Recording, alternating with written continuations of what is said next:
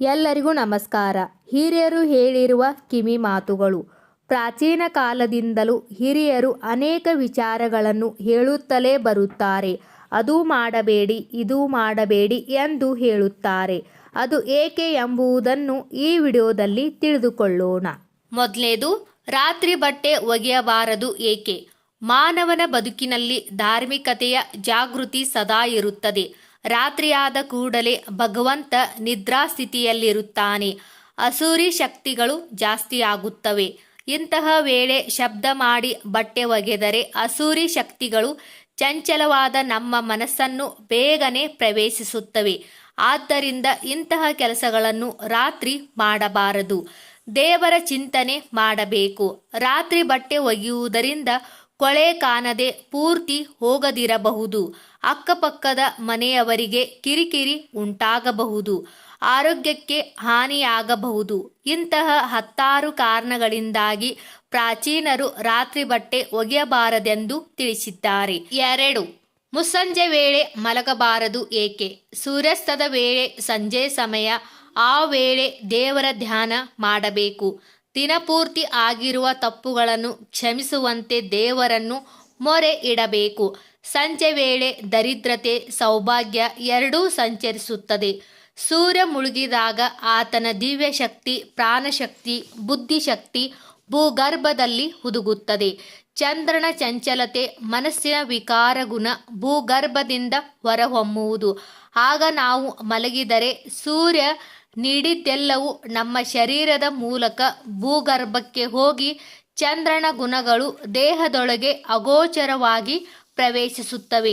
ಆಗ ಸೌಭಾಗ್ಯ ತೊಲಗುತ್ತದೆ. 3. ಬಫೆ ಊಟ ಆರೋಗ್ಯದ ದೃಷ್ಟಿಯಿಂದ ಒಳ್ಳೆಯದಲ್ಲ ಏಕೆ? ಬಫೆ ಊಟವೆಂದರೆ ತಟ್ಟೆಯನ್ನು ಕೈಯಲ್ಲಿ ಹಿಡಿದು ಉಣ್ಣುವುದು. ಕೆಲವೊಮ್ಮೆ ಮಿತಿ ಮೀರಿ ಆಹಾರ ಹೊಟ್ಟೆ ಸೇರಬಹುದು.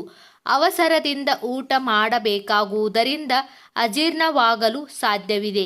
ಇವೆಲ್ಲಕ್ಕಿಂತ ಹೆಚ್ಚಾಗಿ ತಟ್ಟೆಗಳ ಸ್ವಚ್ಛತೆ ಹಾಗೂ ಇತರ ಸ್ವಚ್ಛತಾ ನಿಯಮಗಳು ಇಲ್ಲಿರುವುದಿಲ್ಲ. ತಟ್ಟೆಗಳನ್ನು ಸಾಲಿನ ಮುಂದುವರಿಯುವವರ ಬಟ್ಟೆ ಬರೆಗಳಿಗೆ ತಾಗಿಸುವುದರಿಂದ ಎಂಜಲು ತಿನ್ನಬೇಕಾಗುತ್ತದೆ.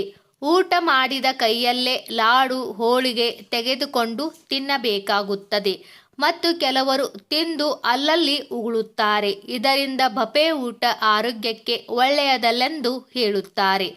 ಹಗಲು ನಿದ್ರೆ ಯಾಕೆ ನಿಷೇಧ? ಹಗಲಿನಲ್ಲಿ ದೈವಶಕ್ತಿ ಜಾಗೃತವಾಗಿರುತ್ತದೆ. ರಾತ್ರಿಯಲ್ಲಿ ಅಸುರ ಶಕ್ತಿ ಜಾಗೃತವಾಗಿರುತ್ತದೆ.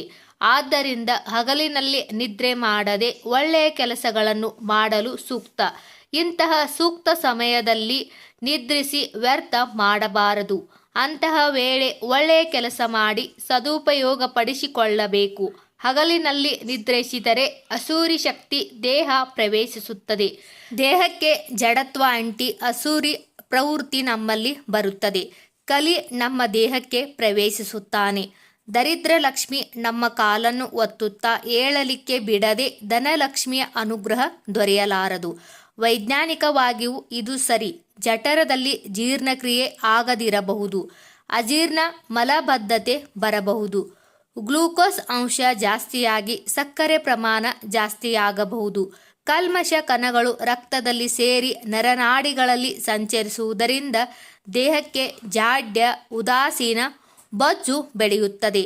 ನರಗಳ ಸೆಳೆತವು ಬರಬಹುದು. ಉಪ್ಪನ್ನು ಏಕೆ ಕೈಯಲ್ಲಿ ಕೊಡಬಾರದು? ಉಪ್ಪಿಗಿಂತ ರುಚಿಯಿಲ್ಲ, ತಾಯಿಗಿಂತ ಬಂಧುವಿಲ್ಲ ಎಂಬ ಗಾದೆ ನಿಜ.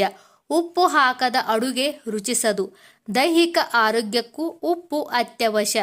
ಈ ಎಲ್ಲ ದೃಷ್ಟಿಯಿಂದ ಉಪ್ಪು ಒಂದು ಸಂಪತ್ತು, ಅಂದರೆ ಲಕ್ಷ್ಮಿಯ ಸೂಚಕ.